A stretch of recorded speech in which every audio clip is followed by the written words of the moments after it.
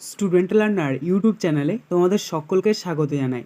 আজ আমাদের আলোচ্য বিষয় প্রথম শ্রেণীর সমস্যা সমাধানের সক্ষমতা এই বিষয়টির থার্ড সামেটিভ এক্সাম অর্থাৎ তৃতীয় পর্যায়ক্রমিক মূল্যায়নের একটা উত্তর সহ নমুনা প্রশ্নপত্র নিয়ে। ফুল মার্কস তোমাদের থাকবে 30, সময় থাকবে 1 ঘন্টা। প্রশ্নপত্রটা তোমাদের সেট নাম্বার 5। সরাসরি স্ক্রিনে তোমরা উত্তর সহ নমুনা প্রশ্নপত্রটা দেখতে পাচ্ছ। 1. সঠিক উত্তরের মাথায় টিক চিহ্ন দাও। 1 × 4 = 4।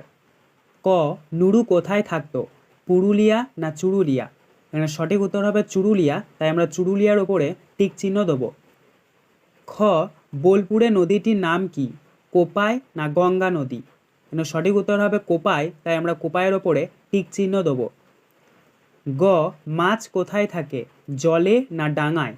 এখানে সঠিক উত্তর হবে জলে, তাই আমরা জলের শব্দটির ওপরে টিক চিহ্ন দেবো। ঘ. আগে মানুষ কোথায় থাকতো, গুহায় না বনে? সঠিক উত্তর হবে গুহায়, তাই আমরা গুহায় শব্দটির ওপরে টিক চিহ্ন দেবো। 2. নিচের ফাঁকা জায়গায় বাংলার নদী, ফুল, পশু ও ফলের নাম লিখে সমস্যার সমাধান করো। 1 × 4 = 4। দেখো প্রথমে রয়েছে ক. ড্যাশ ম রয়হস্য ল। এখানে যদি আমরা বর্গীয় জয়াকার এই শব্দটা বসাই তাহলে এটি হবে বর্গীয় জয়াকার ম রয়হস্য ল, জামরুল। খ. ড্যাশ র গয়কার তালবেশ।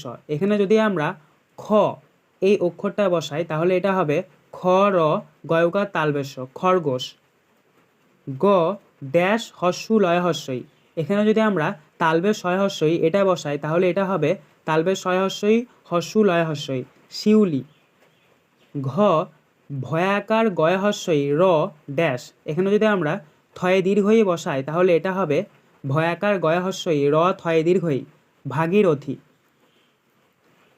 3. নিচের বাংলা শব্দগুলো ইংরেজিতে লেখো। 1.5 × 4 = 6। ক. সবুজ।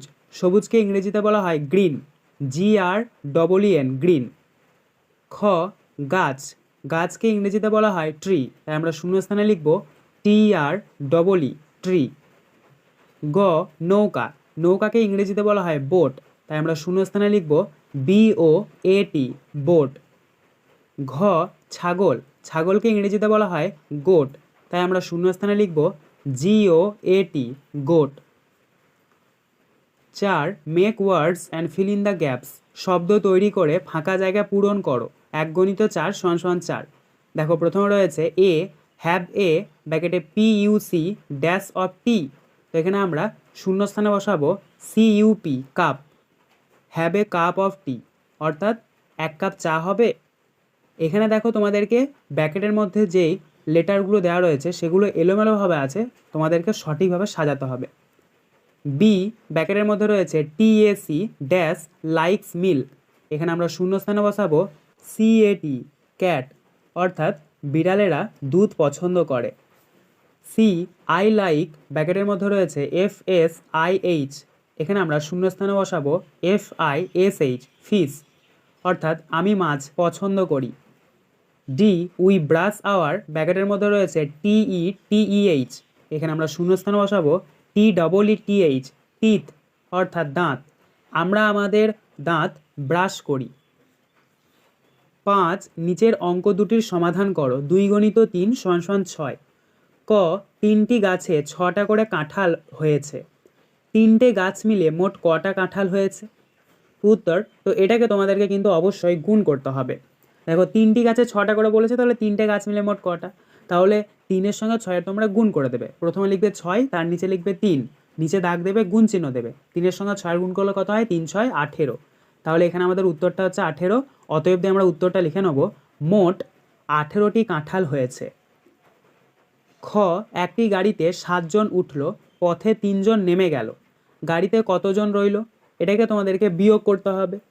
প্রথমে তোমরা 7 লিখবে, তার নিচে লিখবে 3, নিচে দাগ দেবে, দিয়ে বিয়োগ চিহ্ন দেবে। 7 থেকে 3 বাদ দিলে কত হয়? 4।